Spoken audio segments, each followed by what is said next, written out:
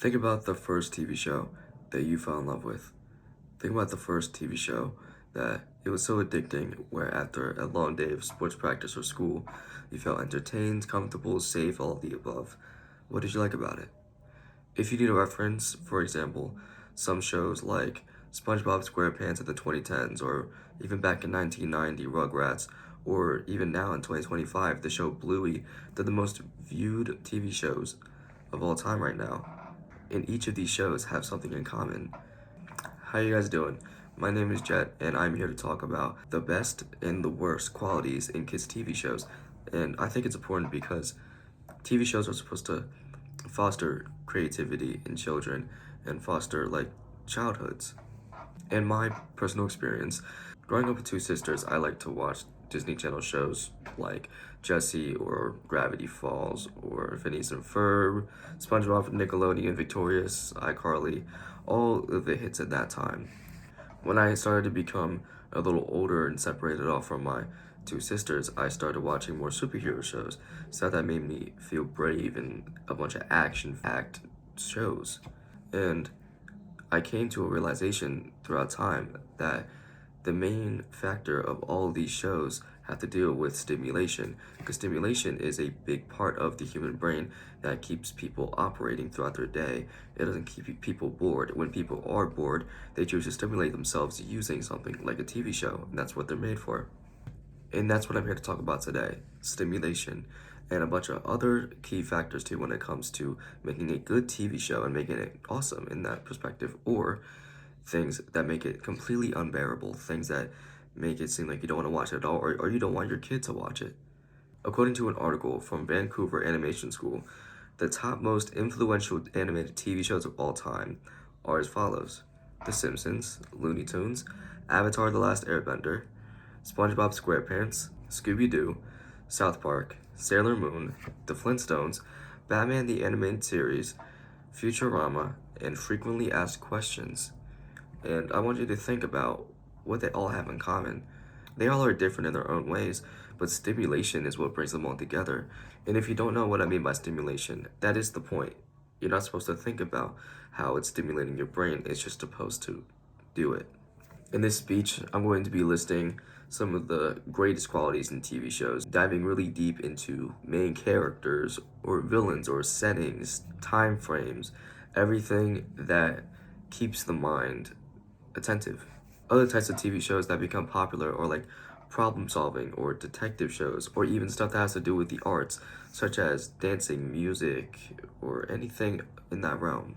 For these next 10 minutes, we are going to take a deep dive into some qualities that make kids shows good and some that are unbearable to children. Let's get into it. As I said before, I used to watch shows like Spider-Man shows or Marvel shows, or when I was really young, I used to watch Disney Channel shows that they only aired on the TV. You couldn't watch them on your own time. They had to be on a strict schedule, and that's how it was back in the day. Parents did not have Disney Plus or Netflix back in that time due to what was out during that time. So this is what made watching TV very fun. I would say that is a good quality in itself because it made you more excited, it made you look more forward to watching that show compared to now where you can watch it whenever you want. You can replay it as many times as you want, and I feel like that makes you bored of the show. I remember when I was a kid, I used to watch these shows just because I like to watch something while I was eating. I still do it now, but now I watch YouTube. But back when I was a kid, I would sit in front of the TV and eat my cereal every morning and wake up at 7 in the morning on the dot just to watch Teenage Mutant Ninja Turtles for an hour. Back then, I didn't really understand what was going on in the show, but all of the animations, or if it was a live action show, I liked looking at all the characters, I liked looking at their stories or what the plot was, but I never really understood it, but I knew that it was stimulating my brain, so that's why I liked it so much. I liked how I could predict what would happen next in the show. I liked how things were so structured so that you kind of knew what was happening and you wouldn't be bored of it, you would be surprised either way because you were a kid. Most importantly, when I watched these shows, I would pay attention to the main characters, which is the first point which I'm about to get into, dealing with good qualities in TV shows. and that has to do with influence. Influence in TV shows is really big. Back in the 2010s, things like SpongeBob or iCarly or Gravity Falls had a huge impact on kids at that time. It sparked something in their brains where they wanted to be just like the characters in that show. And that's what I believe makes it good, is the amount of effect and impact that it had on children. It would be to the point where my sisters had school bags of different Disney characters on them. Or at school, seeing my friends dress up as Disney Channel or Nickelodeon characters like SpongeBob in Halloween. It even goes down to the outfits that kids back in the 2010s wore at those times. Now it's not much of a popularity thing anymore, and people just watch shows mainly for the stimulation.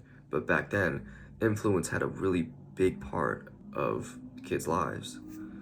And when I talk about influence, I'm talking about encouragement and motivation and inspiration, which is our next point. And mostly this is talked about when it comes to superheroes, and not just the movies, but the shows as well. It didn't really matter back in the day how silly or childish the show was, it still had the same purpose. Every episode had a main idea, something that is missing nowadays with kids' TV shows. The main idea of a show is either to be brave or stand out or don't fit in with the crowd or be good at everything and practice until you get it right. Those are the things that I learned when I was a kid, and I learned it from TV shows. Even things such as terminology or new words that were brought up in TV shows such as iCarly or other Nickelodeon shows, which was popular at that time. People would adapt the terminology that they would say that people never said outside of those shows, but they created it for the sole purpose of being cool in that time.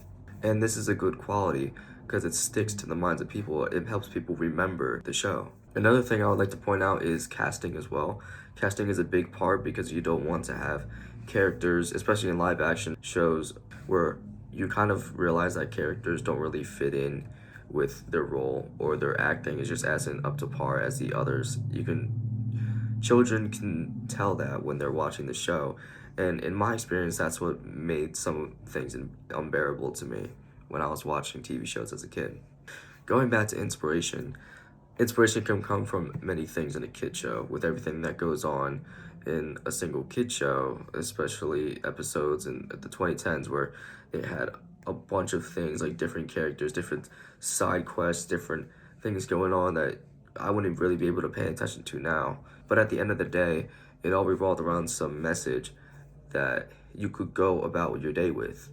I believe to feel inspired, you have to feel motivated to do things that you don't normally do in your life. I have a love for music, and my love for music was rooted mainly from the TV shows that I watched when I was a kid. There was a show called Victorious in Nickelodeon where it was a bunch of teenagers going to a high school of the arts, and they would do a bunch of music scenes, dance scenes, and they had good music too, and that's what I liked as a kid. I liked watching people who I could relate to do something that I'd never seen before. Notice how each point segues into the other, because when you have influence, it inspires you to do some things that you don't normally do in your life. And when you start doing things that you don't normally do, you start imagining what your future could be. There are two main shows where imagination comes in, where it is sort of crafted for you instead of fostering it in your own mind. And those shows are SpongeBob and Phineas and Ferb.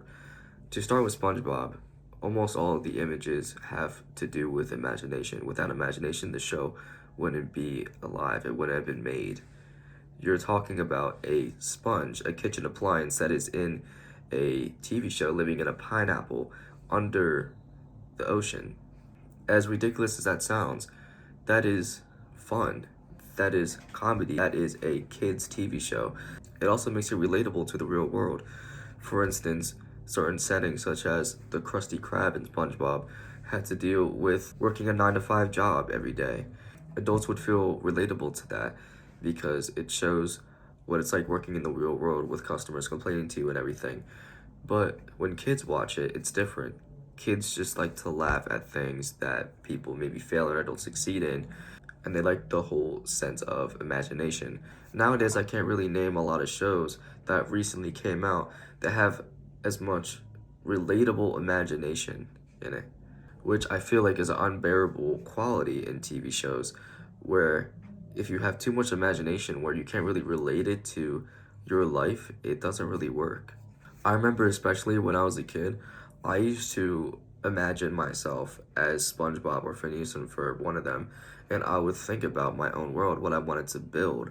So, that being said, I think imagination is, besides stimulation, the second most important factor when it comes to making a kid's TV show very good or awesome in that perspective. Going back to stimulation, stimulation refers to an action or thing that people do that causes them to be more active, enthusiastic, or just to operate in general. But there is a difference in stimulation when it comes to age range. That being said, a study by the National Library of Medicine found that just 9 minutes of watching a fast paced cartoon significantly impaired 4-year olds' executive function. This goes to show that when a kid show has enough stimulation, just the right amount, it becomes a necessity to the viewer. That study was for kids below the age of 4. Talking about kids from the age 5 to 10, stimulation is different. I would say that stimulation for kids in these age ranges stem from the actual content within the show, and not just the audio or the images that are just like in your face. To start listing some stuff, a stimulating show for kids can have things like a similar plot every episode, or multiple problems that need to be solved, fast-paced cuts to keep attention span, and to expand on that, fast cuts refers to the amount of frames that are being switched every angle in a camera that is being switched every 5 or so seconds. And you don't notice it, but doing the research, it does actually support the claim that stimulation is a big part of making a kids' TV show good and keeps people hooked up to it all the time. Going back to the list, celebrity appearances are also very entertaining and some that kids don't really expect, and especially when kids look up to people like artists or different figures in society, it becomes really entertaining because they didn't know that was going to happen. I know I touched base on some unbearable qualities and also examples of TV shows that might not make the cut when it comes to being addicting or make it good. Because some shows can be addicting, but it might be too much. With this, your attention span can be harmed. And there are shows out there such as Cocomelon or even Bluey, where those are for like little kids, but it is still but it still has its cons more than the pros because of how overstimulating it is to people. If you were to watch that show now, I don't think you would want to recommend that to your child. Yeah, your child's going to be glued to the screen the whole time, and they might be learning one or two things, but it's not fostering creativity. To conclude this speech, I'd like to say that some good qualities in TV shows are influence, relatability, inspiration, imagination, and stimulation, most importantly. Going back to how things are today, things are very boring in that sense. And I don't mean like there's nothing to watch, there is too much to watch. And that's what I feel like is the problem. Back in the day when you had to wait to watch your favorite TV show, that was the best part about it. When you watched it with your families, when you watched it with your siblings or friends, you get to talk about it at school the next day after. That's what made it very good. Now, with streaming services or most kids nowadays watching YouTube, they're growing up faster in that sense, and that doesn't make a childhood a childhood. You don't get a lot of imagination or creativity, you just get entertainment to stimulate your brain, and that's what I mean by overstimulation. So I feel like if producers were to try to think about a new kids TV show to make today, I honestly have no idea what type of TV show they would make, but it has to be something very different from the most popular things that kids have already seen, including myself. I hope this helps anyone who has thought about it or anyone who wants to help their child look for a TV show that they want to watch when maybe they're 4 to 10 years old or anything in that nature. I hope this helps people who maybe were thinking about this subject or the topic, or people who just like kids' TV shows and wanted a second opinion. So this wraps everything up. Thank you very much.